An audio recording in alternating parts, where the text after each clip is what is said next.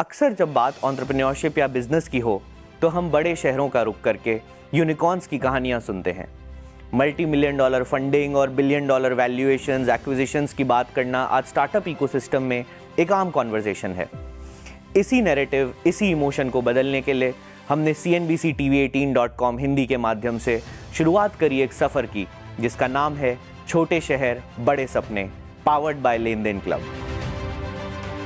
हट के थोड़ा चूज करूं मैं, सब पे ना स्नूज करूं मैं, French fries thank you, time ना मिसयूज करूं मैं, फिर को रिफ्यूज करूं मैं। मेरी चॉइसेस हमेशा से डिफरेंट रही है and these choices have made all the difference. जैसे investing in Len Den Club, एक non market linked investment option जिसपे मार्केट अप्स एंड डाउन्स का होता है जीरो इफेक्ट ताकि आपको मिले मैक्सिमम रिटर्न्स। मैंने तो चूज किया लेन देन क्लब, आप कब करोगे? हमारा मकसद था मेट्रो सिटीज जैसे कि दिल्ली, मुंबई और बैंगलोर के बाहर निकलकर कुछ ऐसे शहरों में, गांवों में पहुंचना जहां पे एंटरप्रेन्योरशिप सिर्फ एक कूल स्टार्टअप बनाने के लिए नहीं बल्कि भारत की एक असली प्रॉब्लम को सॉल्व करने के लिए की जा रही है। जहां एंटरप्रेन्योरशिप एक जरिया है वित्तीय स्वतंत्रता हासिल करने का, अपनों के करीब, अपनों के बीच रहकर भारत के लिए एक सॉल्यूशन बनाने का, अपने शहर में, अपने होम टाउन में लोगों की स्किल डेवलपमेंट में सहायता करके उनको नौकरियों के अवसर देने का। जहां एक स्टार्टअप शुरू करने का मतलब है एक पूरे इकोसिस्टम को जन्म देना और एक छोटे शहर में रहकर बड़े सपने देखने की हिम्मत जुटाना। ऐसी ही कहानियां ढूंढ के आप तक पहुंचाने के लिए हमने शुरुआत करी छोटे शहर बड़े सपने की। इस सफ़र पर हम सूरत, गुवाहाटी, जयपुर जैसे फास्ट ग्रोइंग टियर 2 शहरों में भी गए और एक कदम आगे बढ़ाते हुए झांसी, जबलपुर जैसे टियर 3 और 4 शहरों में भी, जहां अब बेसिक इंफ्रास्ट्रक्चर और स्टार्टअप इकोसिस्टम की पहल पे काम होना शुरू ही हुआ है। हमने ऐसे एंटरप्रेन्योर्स की भी कहानी आप तक पहुंचाई जो छोटे शहर में रहकर भी डीप टेक्नोलॉजीज पे काम करके पब्लिक टॉयलेट क्लीनिंग जैसी समस्याओं का समाधान ढूंढ रहे हैं, और ऐसे स्टार्टअप से भी मिलवाया जो F&B इंडस्ट्री में चाय बेस्ड कैफेज और पैकेज प्रोडक्ट्स बना रहे हैं। हमने फीमेल हाइजीन और पर्यावरण जैसे पेचीदा और बेहद ज़रूरी डोमेन्स पे काम करने वाले स्टार्टअप से भी मुलाकात करी जिन्होंने छोटे शहरों में रहकर भी एक बड़े लेवल पर इन प्रॉब्लम्स को सॉल्व करने का कदम उठाया है।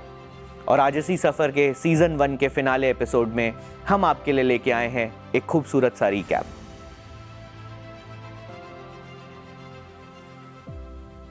तो ये मुझे लगता है एक स्टिग्मा है कि आप अगर मेट्रो सिटी में जाएंगे तो आपकी ज़्यादा तरक्की होगी, 2 टियर में रहेंगे तो कम तरक्की होगी। तो हम लोग भी चाहते हैं कि जो भी हम लोग काम करें उसमें पब्लिक पार्टिसिपेशन का भी स्कोप रहे। अगर वो टीम साथ में नहीं होती तो हम ये जो आज 10 साल 11 साल बाद मैं ये बात बोल रहा हूँ तो वो शायद नहीं बोल पाता। Every problem has a solution. तो कहीं से भी जो भी प्रॉब्लम आपको दिख रही है आपके सराउंडिंग में, आपको बस देर है कि आप उसे रिकॉग्नाइज करें कि क्या प्रॉब्लम्स हैं। जब से मैंने मेरा नॉन प्रॉफिट भी शुरू किया कि आपको लोगों में इन्वेस्ट करना बहुत जरूरी है। If you really want to cause an impact, मतलब आप एक बड़ी चीज कुछ करना चाहते हो ना, तो इनिशियली बहुत ज्यादा ग्राइंड होना पड़ता है, एक बहुत ही हार्डवर्क करना पड़ता है। ई कॉमर्स कंपनी शुरू करना गोवा में आसान नहीं था। मेरे को लगता है कि ये यूथ में इतना पोटेंशियल है, इतना पावर है। I mean they are ready to go an extra mile for that. तो आज सीजन फिनाले के खास एपिसोड में हमारे स्टूडियो में मौजूद है एक बहुत ही खास मेहमान। जहां छोटे शहर बड़े सपने में हमने लार्जली स्टार्टअप्स और एंटरप्रेन्योर्स की बातें करी, वहीं ज़रूरी है छोटे शहरों के उन लाखों युवाओं को भी सलाम करना जो आर्ट, म्यूज़िक, थिएटर, एक्टिंग और ऐसी क्रिएटिव फील्ड्स में भी बड़े सपने देखते हैं और उनको पूरा करने का जज्बा भी रखते हैं। आज इंटरनेट के माध्यम से किसी भी गांव और शहर में बैठे एक प्रतिभावान युवा करोड़ों की फॉलोइंग के साथ कंटेंट क्रिएटर बन सकता है, बिजनेस बना सकता है, एजुकेटर बन सकता है और ब्रांड्स के साथ काम करके एक आमदनी भी कमा सकता है। तो आइए चलते हैं CNBC-TV18.com हिंदी के छोटे शहर बड़े सपने के इस सीजन फिनाले के खास एपिसोड में। तो आज स्टूडियो में हमारे साथ जुड़ रहे हैं ऐसे ही एक प्रतिभावान युवा शुभम श्याम, जिन्होंने पिछले 6 से 8 महीने के दौरान इंस्टाग्राम के जरिए 1.25 लाख के आसपास की फॉलोइंग बना के poetry, story telling, creative field में अपना एक बड़ा नाम बनाया। छोटे से शहर छपरा से आने वाले शुभम आज हमारे साथ स्टूडियो में है। बहुत बहुत स्वागत है आपका शुभम। बहुत बहुत शुक्रिया, बहुत बहुत शुक्रिया। तो शुभम, सबसे पहले तो क्योंकि आप छपरा से हैं, एक छोटे से शहर से, एक छोटे से गांव से इतना बड़ा नाम आपने आज पोएट्री में बनाया, आपकी कविताएं नेताओं तक, सेलिब्रिटीज़ तक पहुंच गई हैं। तो सबसे पहले इस सफ़र के बारे में जानना चाहेंगे कि छोटे शहर से होके क्रिएटिव फील्ड में नाम बनाने का ये निर्णय कब लिया, क्यों लिया, कैसे लिया?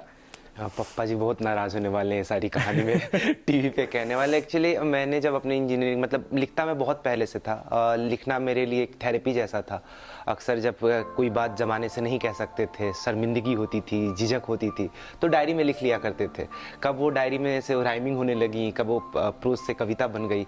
कॉलेज गया, कॉलेज से जब इंजीनियरिंग कंप्लीट हो गई तो एक दिन घर पे थे हम, जॉब लगी थी मैकेनिकल इंजीनियरिंग से सॉफ्टवेयर में लगी थी नौकरी। पापा जी को मैंने मना कर दिया कि पापा जी, ये मई की बात है, 2017 मई की बात है, जब मैं घर पे था, पापा जी से बात हो रही थी। और फिर एक दिन कहा मैंने, मतलब बहुत झिझक और परेशानी में, कि पापा मुझे इंजीनियरिंग नहीं करनी। और पापा जी खा रहे थे, तब वो खाते हुए बोला, हो तो गई इंजीनियरिंग, अब क्या नहीं करनी है ना, बोला कि अब मुझे जॉब नहीं करना है। और ये बड़ा डिफ़िकल्ट सिचुएशन था मेरे पापा जी के लिए कि जो पूरी हमारी एजुकेशन सिस्टम है, आपको केजी से लेके ग्रेजुएशन तक इसलिए पढ़ाया जाता है और कि ताकि आप एक अच्छी सी नौकरी करके घर सेटल हो सके। और जिस बैकग्राउंड से हम आते हैं, जहाँ से हम आते हैं, ये हमारे लिए बहुत बड़ी बात थी। इस मुकाम पे आके, मतलब होता है ना, उनका सारा इन्वेस्टमेंट हो गया, अब नौकरी हाथ में थी, और तब ये बेवकूफ़ाना फैसला लेना कि नहीं अभी नौकरी नहीं करनी। तो फिर पापा ने बड़े होता है ना व्यंग्यात्मक तरीके से पूछा था, तो क्या करना है बाबू साहब को? तो फिर मैंने कहा था कविताएं करनी है, कहानियां करनी है, बॉम्बे जाना है। और पापा के लिए बड़ा दुखद था ये सोच पाना। उन्होंने ये दुनिया देखा ही नहीं। बेसिकली हम जहाँ से आते हैं वहाँ पे ये दुनिया है ही नहीं कि कविताओं से, कहानियों से चल सकता है। उन्होंने अपने आंखों के सामने देखा है बड़े बुजुर्ग शायरों को और कवियों को, लाइक बाबा नागार्जुन साहब हमारी तरफ से थे, वो कैसे गरीबी में, बदहाली में पूरी ज़िंदगी गुजारी। तो पापा जी, मतलब होता है जैसा जाकिर खान साहब ने कहा है कि माँ बाप आपको बस आपके सपनों के खिलाफ नहीं होते, बस आपको गरीब नहीं देखना चाहते। बिल्कुल। तो फिर वो 7 दिन का बड़ा लड़ाई पूर्ण माहौल था घर में। घर बड़ा है तो हमने 7 दिन तक एक दूसरे को देखा नहीं। जॉइंट फैमिली में थे। तो एक दिन फिर पापा बुला के कहते हैं, जब सोच ही लिया तो फिर घर पे क्यों बैठे हो, निकल जाओ। फिर वो उस दिन था, उस दिन आ गए बॉम्बे। इंटरेस्टिंग। तो ऐसे बहुत से युवा जो अभी भी अपने छोटे से शहरों में अपने पैशन को फॉलो करना चाहते हैं, अपने सपनों के पीछे भागना चाहते हैं, उनके लिए उस वक्त कौन सी कविता लिखी, कौन सी पंक्तियां लिखी? मैं मुंबई आया। मुंबई आने के बाद मुझे एक अपॉर्चुनिटी मिली। मैं कॉलेज अच्छा था तो एक अच्छे जानकार ने एक अच्छे व्यक्ति के पास मुझे पहुंचा दिया। उन्होंने एक बड़ा सा वेग सा टॉपिक दिया मुझे लिख के लाने के लिए। मैं लिख के ले गया, उनको पसंद नहीं आया। उन्होंने जो एक बात कही कि ये इतना वाहियात है कि मैं इसको फाड़ के फेंकने में भी अपना टाइम वेस्ट नहीं करूँगा। और मेरे लिए बड़ा दुखद था कि मतलब पहला मौका आया और उस मौके को मैंने इस तरह गंवा दिया, तो बड़ी दुख में था। पर उसके बाद उन्होंने जो अगली लाइन कही कि ऐसा करो, जाओ तुम्हारी जो सॉफ्टवेयर की नौकरी है वो 5-10 साल करो, दुनिया देखो, फिर लौट के आओ मुंबई, तो हो सकता है कि हम साथ में काम कर सके। मेरे लिए था कि भाई यार, एक दिन खाना खराब बन गया, इसका मतलब ये थोड़ी मुझे खाना बनाना आता ही नहीं है। फिर उस समय एक कविता थी, गिर जाना मेरा अंत नहीं। उस समय वो एक जवाब था ज़माने को कि पहली बार गिरा हूँ, पर that won't be my and. तब उसमें 2-3 शब्द है, पर बहुअर्थी शब्द है, तो उसका एक मतलब होता है पंख, परवाज मतलब होता है फिर से उड़ने की शक्ति। और अरिहंत जैन धर्म के तीर्थंकर हैं, कहा जाता है ऐसा कि उनकी कही हुई बातें सच हो जाया करती हैं। तो कविता की पंक्तियाँ हैं कि पर में परवाज की शक्ति है, मन में आगाज की शक्ति है। पर में परवाज की शक्ति है, मन में आगाज की शक्ति है, जो चोच में तिनका डाले डाली पर 2 आंखें तकती हैं, वो परख रही हैं तूफान के बाजू में कितनी ताकत है। वो परख रही हैं तूफान के बाजू में कितनी ताकत है, वो देख रही हैं दूर दूर तक नाम मात्र की राहत है। पैरों से धक्का डाली पर पंखों से हवा ढकेली है, पैरों से धक्का डाली पर पंखों से हवा ढकेली है, वो आसमान में तूफानों से लड़ती जान अकेली है। पर लगी सांस जब फूलने तो तूफान ने मौका लपक लिया, पर लगी सांस जब फूलने तो तूफान ने मौका लपक लिया। आसमान की उम्मीदों को ला धरती पर पटक दिया, पर झाड़ रही है धूल परों से रगों में गजब रवानी है, पर झाड़ रही है धूल परों से रगों में गजब रवानी है। चोट खाने के बावजूद उड़ने की ललक पुरानी है, तब रखो घोषणा अपनी अपनी अपने अपने कंठों में, तब रखो घोषणा अपनी अपनी अपने अपने कंठों में। गलत करूंगा साबित सबको, यहाँ कोई अरिहंत नहीं, गिर जाना मेरा अंत नहीं, गिर जाना मेरा अंत नहीं। बहुत खूबसूरत। तो शुभम, इसी के साथ आगे बढ़ के ये पूछना चाहूँगा कि और बहुत से युवा हैं जो छोटे शहरों में कोशिश कर रहे हैं। हमने पूरे शो में, पूरे सीज़न में, ये सीज़न फिनाले है तो हमने पूरे शो में ऐसे युवाओं को फीचर किया जो अपने छोटे शहरों से स्टार्टअप्स कर रहे हैं, बिजनेस बना रहे हैं, व्यापार बना रहे हैं।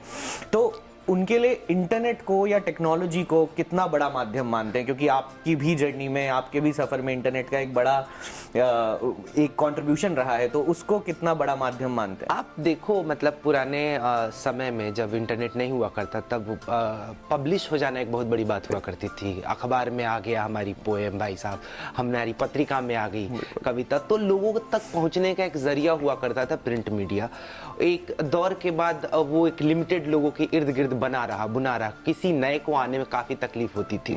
मैं 6 साल से मुंबई में हूँ और अचानक सब चीज़ मेरे लिए होने लगा जब इंस्टाग्राम पे लोगों ने प्यार देना शुरू कर दिया। यदि वो ना हुआ होता तो मैं आज भी उसी संघर्ष के दौर में रहा होता। कविताएं वही हैं, लोगों ने मोहब्बत दी तो लोगों को दिख गई। तो इंस्टाग्राम एक या फेसबुक हो गया, जो भी सोशल मीडिया है, वो होता है ना कि हुनर है तो पहचानने की क्षमता है, और वो पहचान लेते हैं तो फिर दुनिया को देखना पड़ता है। बिल्कुल, तो एक बड़ा माध्यम है, एक बड़ा प्लेटफॉर्म है, बहुत बड़ा माध्यम है। मतलब आप देखो ना कि पूरे जो भी लोग हैं जो सोशल मीडिया पे कोई ना कोई आर्ट फॉर्म को लेके खड़े हैं, वो ना होते ना फिर।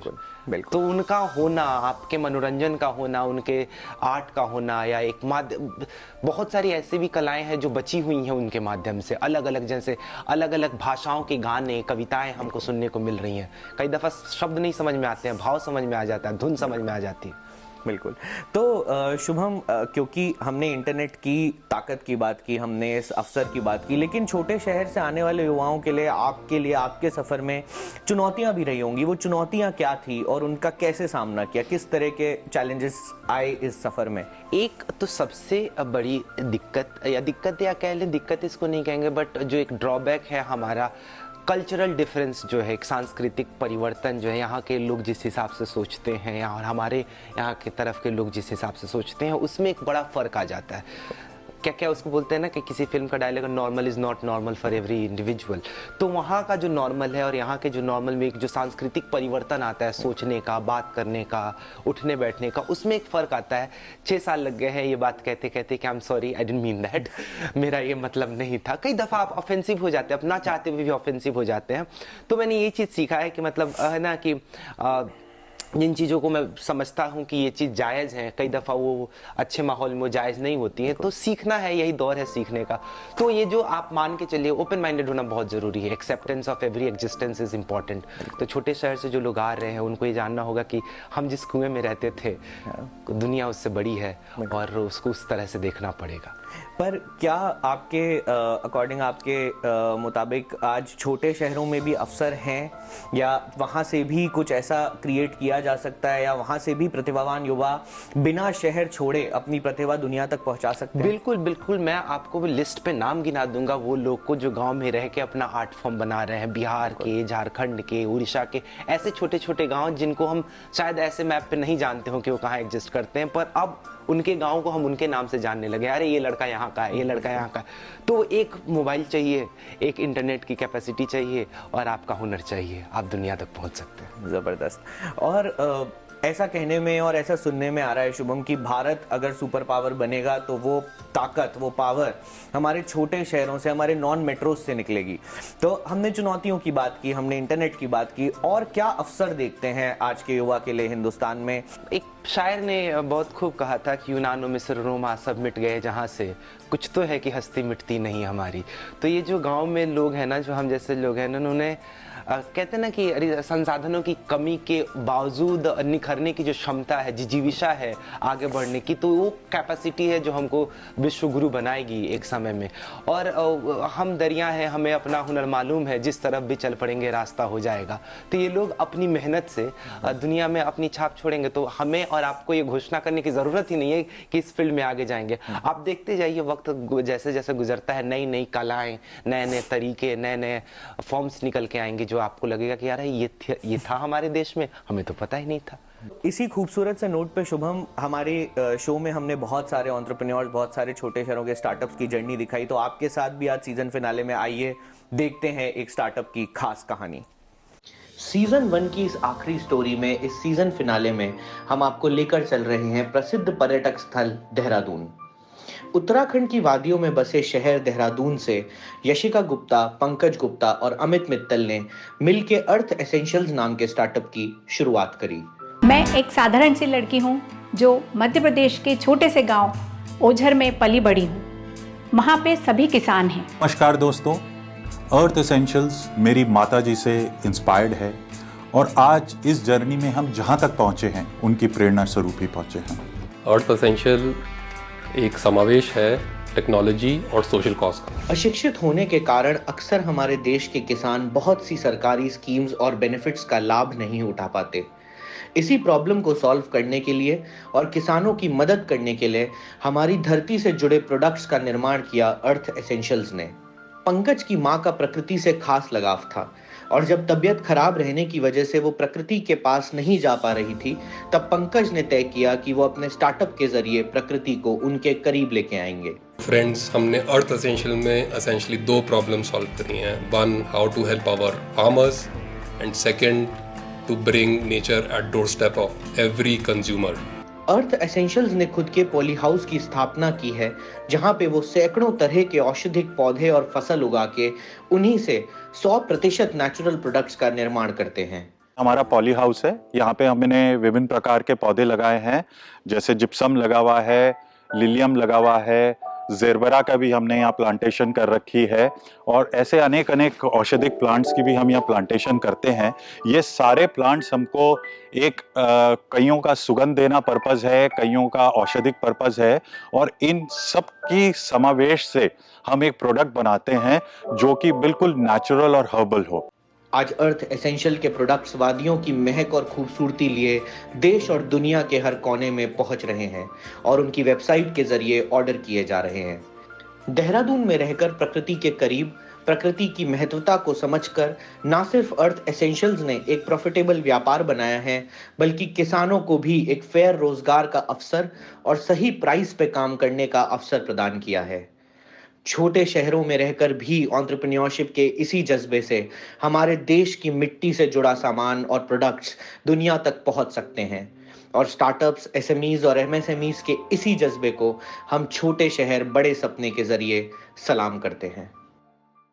तो डिजिटल स्पेस में या ऑनलाइन स्पेस में ऐसा कहा जाता है कि वायरलिटी एक एक्सीडेंट है, वायरलिटी को आप कंट्रोल नहीं कर सकते, वायरलिटी का कोई एल्गोरिदम नहीं है। तो आप क्या मानते हैं कि कितना % इस सफ़र में या इस जर्नी में या इस सक्सेस में, इस सफलता में कितना % वायरलिटी रही, कितना % एल्गोरिदम के हिसाब से आप पोस्ट करते हैं और कितना मेहनत है? मतलब क्या मिक्स है इन सारी चीज़ों का? पावस जी, मैं 2009 से लिख रहा हूँ कविताएं, 2014 से मंचों पे परफॉर्म कर रहा हूँ और 2017 से मैं मुंबई आ गया था कि इसको करना है। मैं वायरल ज़रूर हुआ 1-2 महीने में या 3 महीने में, पर उसके पीछे 12 साल की मेहनत है। वो कविताएं जो 12 साल में होता है ना, छन के वो जो दूध से मक्खन बनी है, जो घी बनी है, वो वर्षों लगी हैं। एल्गोरिदम ऐसा है कि आप कंट्रोल नहीं कर सकते। वो पावरफुल, वो प्राइवेट एंटिटी हैं, वो आजकल कुछ बदलते रहती हैं, वो नया लेते हैं। बस जो वो नया लेके आ रही हैं, आप वो सीख गए तो आप उसकी, होता है ना, लहर पे सवारी कर रहे हैं या लहर के विरुद्ध सवारी कर रहे हैं, फ़र्क उसका है। बट अंततः एल्गोरिदम वगैरह सब चीज़ सेकेंडरी है। प्राइमरी है आपकी मेहनत और आपका हुनर। कई दफ़ा आपके पास हुनर होते हुए भी आप नहीं जाते कहीं। तो अंग्रेजी का एक कोट है कि hard work beats talent when talent doesn't work hard. तो आपको हुनर के साथ साथ मेहनत तो बहुत ज़रूरी है। मैं बहुत ऐसे लोगों को जानता हूँ जिन्होंने मतलब होता है ना, हुनर के साथ पैदा नहीं हुए हैं, पर उन्होंने अपने ऊपर काफ़ी मेहनत करी है और आज वो बहुत आगे हैं। तो सिर्फ ऐसा कि आपके पास अरे हुनर है तो मैं हो जाऊंगा, नहीं, मेहनत तो करनी पड़ेगी। सरस्वती ने हुनर दिया है तो उसके सम्मान में आपको थोड़ी तो मेहनत करनी पड़ेगी। बिल्कुल। और जाने से पहले कुछ कविताएं जो आप चाहें तो वो वाली जो सबसे ज़्यादा वायरल हुई, सबसे ज़्यादा पसंद की गई, या आपकी पर्सनल फेवरेट तो ऐसा है, तो अपने वजह से माँ से बच्चों के बारे में पूछना कि आपका सबसे फेवरेट कौन सा है। पर एक है जो काफ़ी ज़्यादा लोगों को पसंद आई और मतलब आप देखते हैं अपने इर्द गिर्द देश में तो आपको लगता है कि ये सारी चीज़ें हैं जो मिसिंग हैं थोड़ा सा, कि मतलब आप कविता ज़्यादा बात करेगी, मैं उसके बारे में क्या बात करूँ। कविता है कि न नर में कोई राम बचा, नारी में न कोई सीता है। न नर में कोई राम बचा, नारी में न कोई सीता है, ना धरा बचाने के खातिर विष कोई शंकर पीता है, न श्री कृष्ण सा धर्म धर्म का किसी में ज्ञान बचा है, न श्री कृष्ण सा धर्म धर्म का किसी में ज्ञान बचा है, न हरिश्चंद्र सा सत्य किसी के अंदर रचा बसा है, न गौतम बुद्ध सा धैर्य बचा, न नानक जी सा परम त्याग, न गौतम बुद्ध सा धैर्य बचा, न नानक जी सा परम त्याग। बस नाच रही है नर के भीतर प्रतिशोध की कुटिल आग। फिर बोलो कि उस स्वर्णिम युग का क्या अंश बाकी तुम में, फिर बोलो कि उस स्वर्णिम युग का क्या अंश बाकी तुम में, कि किसकी धूनी मेरम कर तुम फूले नहीं समाते हो, तुम स्वयं को श्रेष्ठ बताते हो। तो ये कविता है कि आत्म मंथन जरूरी है सबके लिए। हमने जो भी महापुरुष रहे हैं हमारे धरती पर, उनके आदर्शों को उतारे अपने जीवन में तो हम कुछ भला कर सकते हैं। बहुत ज़बरदस्त। शुभम, और जाने से पहले एक आखिरी सवाल ये जानना चाहेंगे जो कि हमारे शो का थीम है कि युवाओं को क्या संदेश देंगे, छोटे शहरों के युवाओं को क्या संदेश देंगे और कैसे देखते हैं जिसको आजकल कहा जाता है इंटरनेट पे भारत की growth story, India's growth story, इसको कैसे देखते हैं कि आगे आने वाले समय में युवाओं के लिए क्या संदेश रहेगा? दुष्यंत कुमार जी की पंक्तियां हैं कि कौन कहता है आसमान में सुराख हो नहीं सकता, एक पत्थर तो तबीयत से उछालो यारो। भरपूर उदाहरण पड़े हैं गाँव से शहर आने की या शहर में आके छा जाने की। बस है ज़रूरी कि हम सपने देखें खुली आंखों से। आप महेंद्र सिंह धोनी जी को ले लीजिए, आप APJ अब्दुल कलाम को ले लीजिए, बहुत सारे ऐसे उदाहरण मिल जाएंगे जिन्होंने ऐसी जगह से अपनी छाप जमाने में छोड़ी है कि दुनिया दीवानी हो गई है। तो सपने बड़े देखो, समझौते तो ज़िंदगी करा देगी, सपने बड़े देखो और संघर्ष में लग जाओ। और रही बात दुनिया में छा जाने की, तो अपन तो विश्वगुरु होने वाले हैं ही। देर सवेर होता है ना, सही चीज़ को बनने में वक्त लगता है, वक्त लग चुका है, अब वक्त आ गया है कि हमारा नाम हो, हम विश्वगुरु हो। तो बहुत बहुत शुक्रिया शुभम हमारे साथ जुड़ने के लिए, हमारे स्टूडियो में आने के लिए। बहुत अच्छा लगा आपसे बात करके, धन्यवाद। बहुत मैं सौभाग्यशाली हूँ मैं, शुक्रिया। तो ये था एक जबरदस्त और बहुत खास सफर सीजन 1 का, जिसमें हम आपके लिए लेके आए बहुत सारे जबरदस्त एंटरप्रेन्योर्स की कहानी, जिन्होंने छोटे शहरों में रह के अपने जज्बे के बल पर बड़े सपने देखने की ना सिर्फ हिम्मत करी, बट उनको पूरा करने का जज्बा भी रखा। इसी के साथ जुड़े रहिएगा CNBC-TV18.com हिंदी के साथ और देखते रहिएगा छोटे शहर बड़े सपने, powered by Len Den club.